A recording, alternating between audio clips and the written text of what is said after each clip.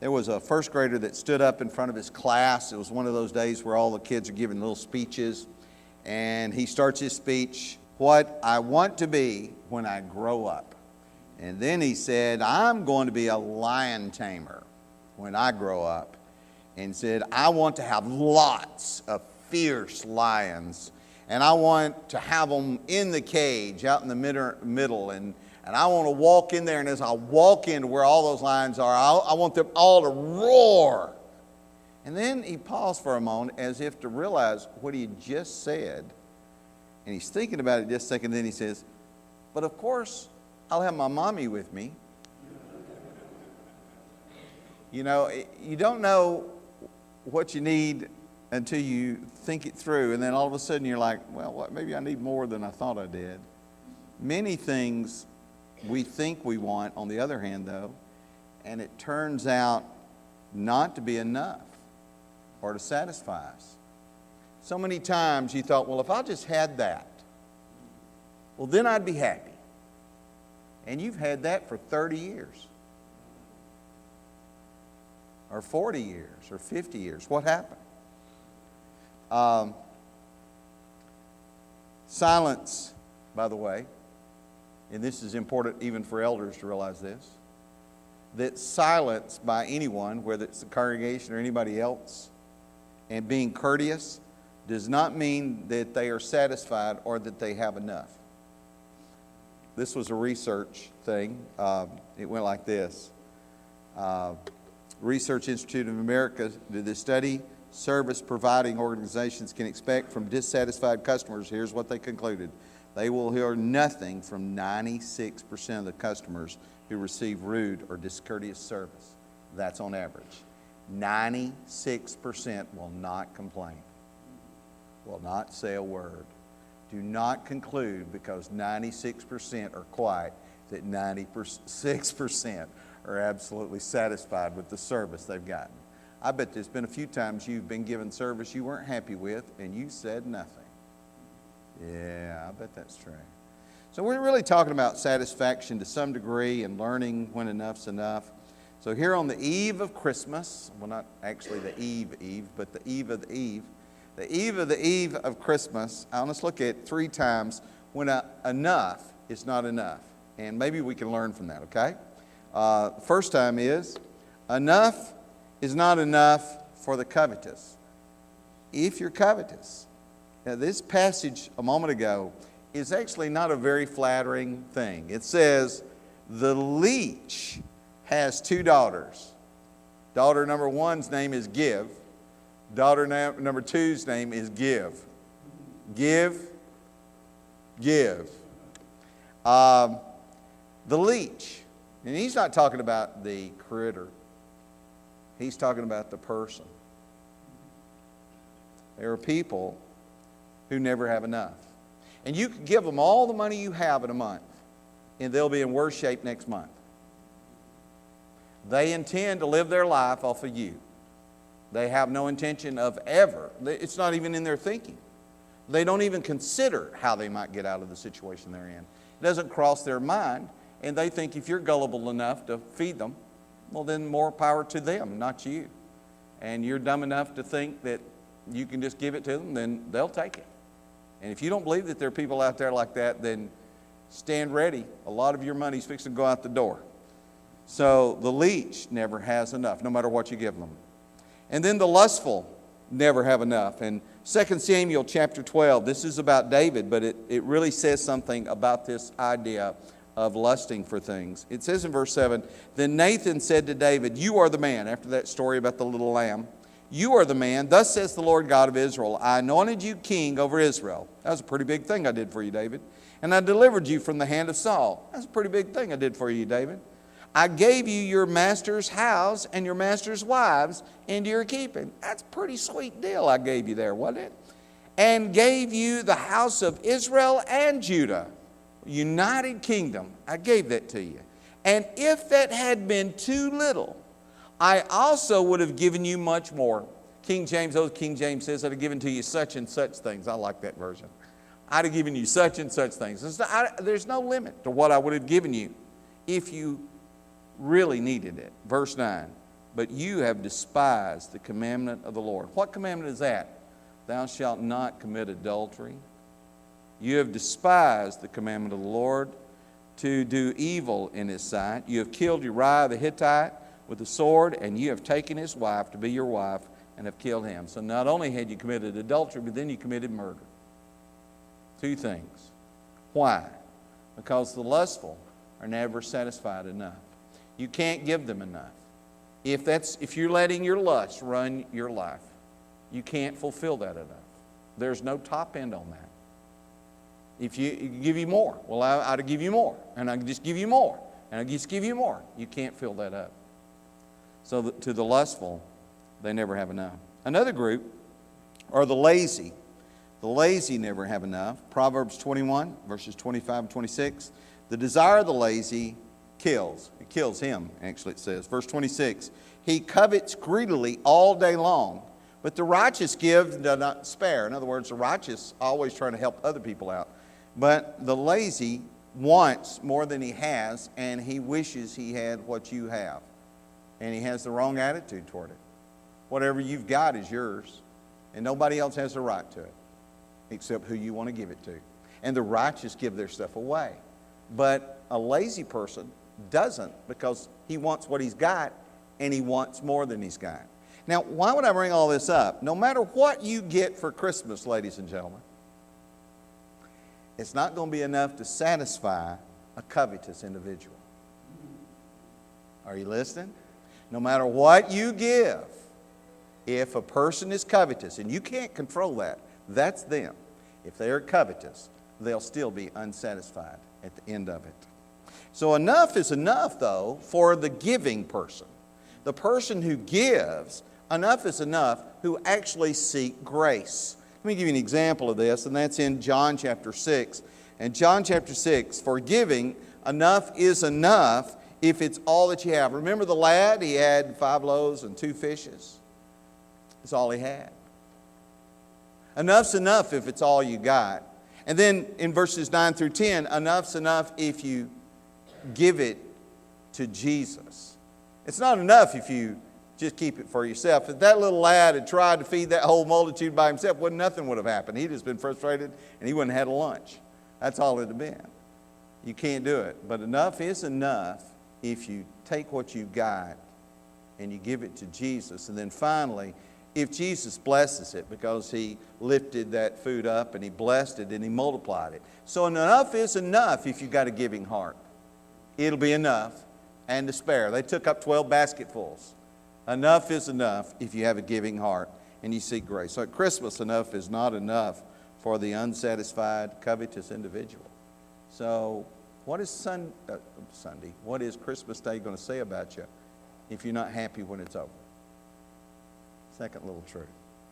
And that is, enough is not enough for the conceited.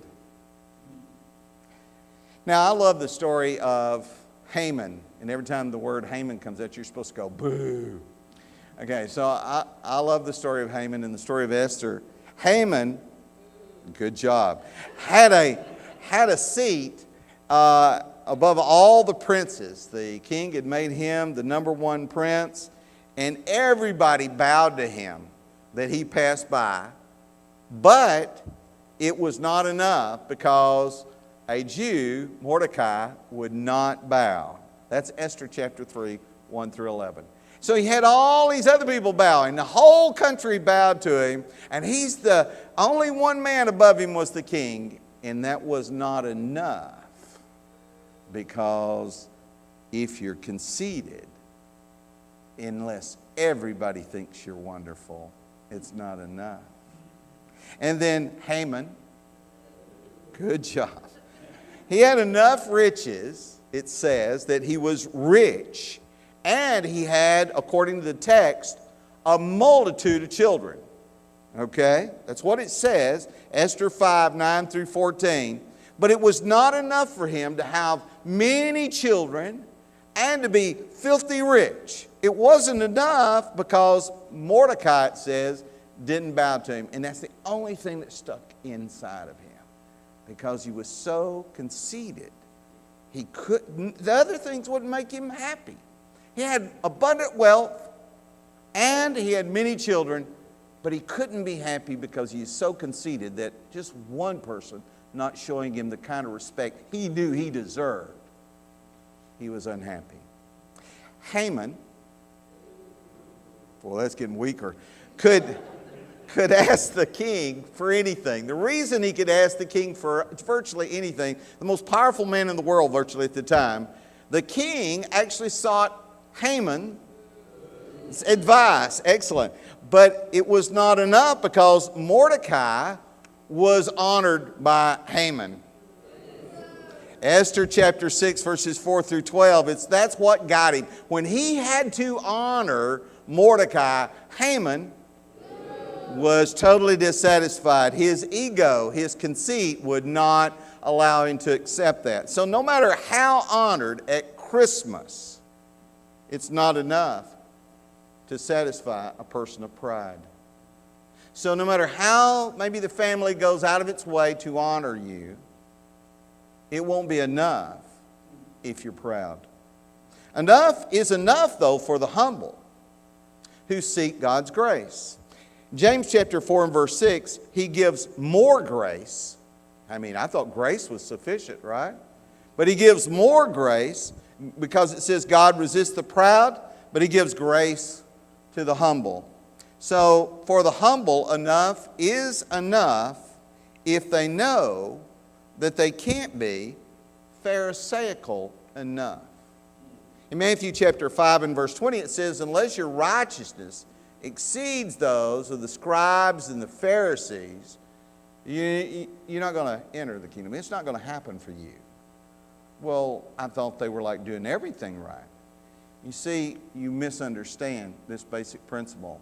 Your righteousness is not the key unless it's imparted righteousness. You can't be good enough. It takes the grace of God extended to you. But you only get that. You only get the grace of God when you're humble. But more than that, for the humble, enough is enough if they know they cannot be profitable enough. Matthew chapter 19, verses 23 through 26 is the story of the rich young ruler who he tells him to sell all he has and come follow me. And so many people have interpreted that if he didn't sell all, he wasn't saved. But if that's the case, neither are you. Because there ain't probably 3 people in here sold everything they've got ever. And you say, well, he knew their heart. Well, he knows your heart. You're keeping your stuff too. Okay. So he goes on to explain later in the text the things that are impossible with men are possible with God. He's not talking about salvation the way we think of it. He's talking about discipleship that would follow him and be one of his apostles. But the point that you need to get is that you can't be profitable enough to get into heaven. And the humble know that. But the proud don't know that. The humble know it. And so they know they can't be profitable enough. But for the humble, enough is enough if they know they cannot be perfect enough. You can't be perfect enough to go to heaven. If you think you are perfect enough, then you're Matthew 7, 1 through 5. Let me get that mote out of your eye. I've got it all worked out. Let me tell you what's wrong with the brethren at Shoals. And I can name them. I can tell you who's got the problem and who needs to be fixed. Well, if you really feel that way, then you're the person I'm talking about right now. There's a beam in your eye, and you couldn't possibly see the mote in mine properly. Okay? So I'm just suggesting to you, if you're ever going to have enough is enough, you're going to recognize that you're saved even in your imperfection. That's how we're all saved. So at Christmas, enough is not enough for the unsatisfied, conceited individuals. There's never going to be enough because the truth is they're trying to do it all themselves too. And they're not going to get the grace of God that way. Third little lesson is enough is not enough for the contrary. There's folks just bent crooked, I think. Just mean. Contrary. Contrary speeches. What do I mean by that? They don't think they're mean. Mean people don't think they're mean. They never have. If they did, they'd probably make changes. But they're just contrary. They're just a little bit contrary.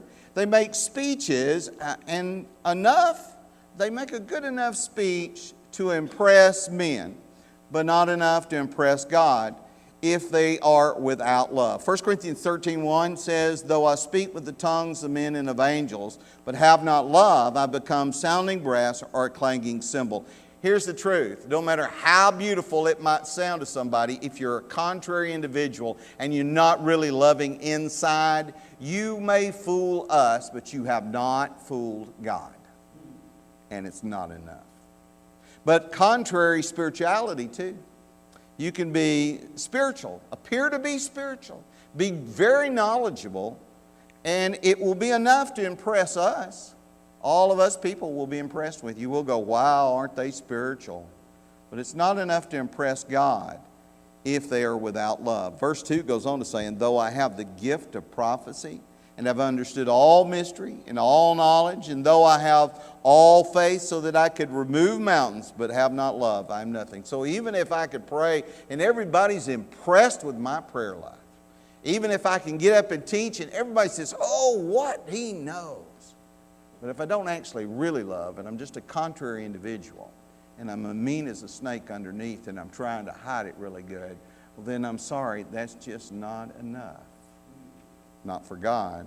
So contrary sacrifices even are enough to impress men. We're about to do this thing, have funding for the building, and you may lay out a large sum of money. I hope you do. But just because you lay out a large sum of money and we all go, wow, what you did is amazing, it still doesn't mean you did it with love. And that's not enough to impress God if it's without love. If you don't do it on the basis of love. Because it says in verse 3, and though I bestow all my goods to feed the poor, and though I give my body to be burned, but have not love, it profits me nothing. You say, well, who would give their body to be burned if they didn't love the Lord? I'm sorry. There's been many a person do what they do thinking that they loved the Lord and loved other people, and all they really did is love themselves, and they're as mean as a snake. Preachers, elders, deacons, yes. So no matter how loved, pull it back to Christmas now. So no matter how loved you are at Christmas, it's not enough to satisfy hateful contrariness. You'll still not feel loved. You hear me? It won't be enough. If you're hateful and contrary, you'll still feel like they owe you something. Flips the other way. Enough is enough for the loving who just seek grace. For the loving, enough is enough if they give grace. John 1 verse 17, Jesus came and it says he was full of grace and truth. Was he full of love? He was love. For the loving, enough is enough if they try to give salvation to other people. John 3:16, for God so loved the world that he gave his only begotten Son. So you try to give salvation to others. And so that's enough because it is real love. And for the loving, enough is enough if they give honor. If your goal is to honor other people, even those that maybe don't get honored very often. Listen to Luke chapter 7, verses 46 through 47. I'll just read verse 47. You remember it's the woman who came in and Jesus is in the Pharisee's house. And she begins to cry and her tears fall on his feet. And then she takes her hair and she wipes her feet and then she anoints his feet with perfume. And he said to the Pharisee who was judging him and judging her. He says in verse 47, to whom little is forgiven, the same loves little. If you're not aware that you need to be forgiven, you don't love the Lord as much as you should. The more you're aware of your own failures and the more you're wanting to honor God, the more likely you are to actually be loving. So all I'm suggesting to you is that at Christmas, enough is enough for those who are, Christmas, enough is not enough for those who are unsatisfied because they're actually just contrary. So there'll be people this Christmas that it won't be enough. No matter what's done for them. You say, well, I don't need anything. I've seen many a person say, I don't need anything, and they're lying. They're lying to themselves and they're lying to others. But If you're really covetous, it wouldn't matter what we got you. If you're really conceited, it wouldn't matter what we got you. And if you're really contrary, it wouldn't matter what we got you. So it has to do with your attitude. It really does. No matter what you give some people, they're never satisfied, and it's never going to be enough. So this is kind of the flip side. One reason I tell this whole thing is because I actually think that we need to go into the Christmas season not really depending on what you get for Christmas, is whether or not you're going to be happy. Amen? It's not really about what you get there. A very wealthy farmer took his son on a trip to the country because he was so rich. He wanted his son to see what it was like to be really poor so that he would appreciate what he's got, right? So he took him into this farmer's place, his home, and it was a home, really, anybody around would say, this very poor family. So he made him live with them, and he lived with them for like a few days, and when it was over, they packed up to go home. And so the father on the way home said, well, what'd you think of the trip? And he said, it was great, Dad. I really enjoyed it. He said, well, did you see how poor people can be? He said, oh, yeah. So he said, well, what did you learn from the trip? He said, well, I saw that we have one big dog, and they had 4. We have a pool that reaches to the middle of our garden, and they have a creek that has no end.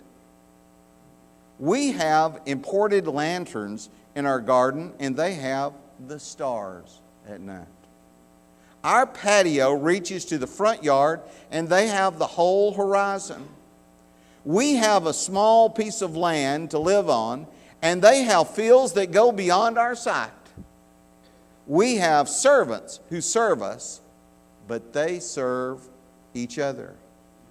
We buy our food, but they grow theirs. We have walls around our property to protect us, and they have friends that protect them. And his father was speechless. Then he added, it showed me just how poor we really are. Here's the thing. He missed the point. He missed the point that he was actually very wealthy. And this is my thing. I think often we miss the point. We don't realize what we've got because we're always, we can look at a poor guy and say, he's got more than I've got. I got a pool, he's got a creek. We can do that with anybody and everybody. You can look at your present, young people, Tuesday morning, and say, well, Johnny got. Let's learn to be content with what we got, amen? Let's try to be humble. Let's try to be giving. And let's try to be loving. Because only those kind of people are ever satisfied. And only those kind of people, enough is enough. And if you can receive that, that's great. If you can't, let me tell you the worst thing. Even Jesus won't be enough. If you can't be like that, there is nothing that can fill the belly of a leech. You can't resolve it. If you want to be right with God, and you can be right with God, it's not because you're going to be perfect. It's because you've humbled yourself, you become loving, and you become a giver. And that will be the person that enough is always enough. If you're not that person, we want to give you an opportunity to get to be that person. Maybe you need to rededicate yourself tonight. Maybe you need to just simply obey the gospel. This lesson hasn't really been about that, but if you study with somebody and you know you need to repent of your sins, confess the name of Christ, and be baptized, we want to give you that opportunity. And won't you come if you need to while we stand, while we sing.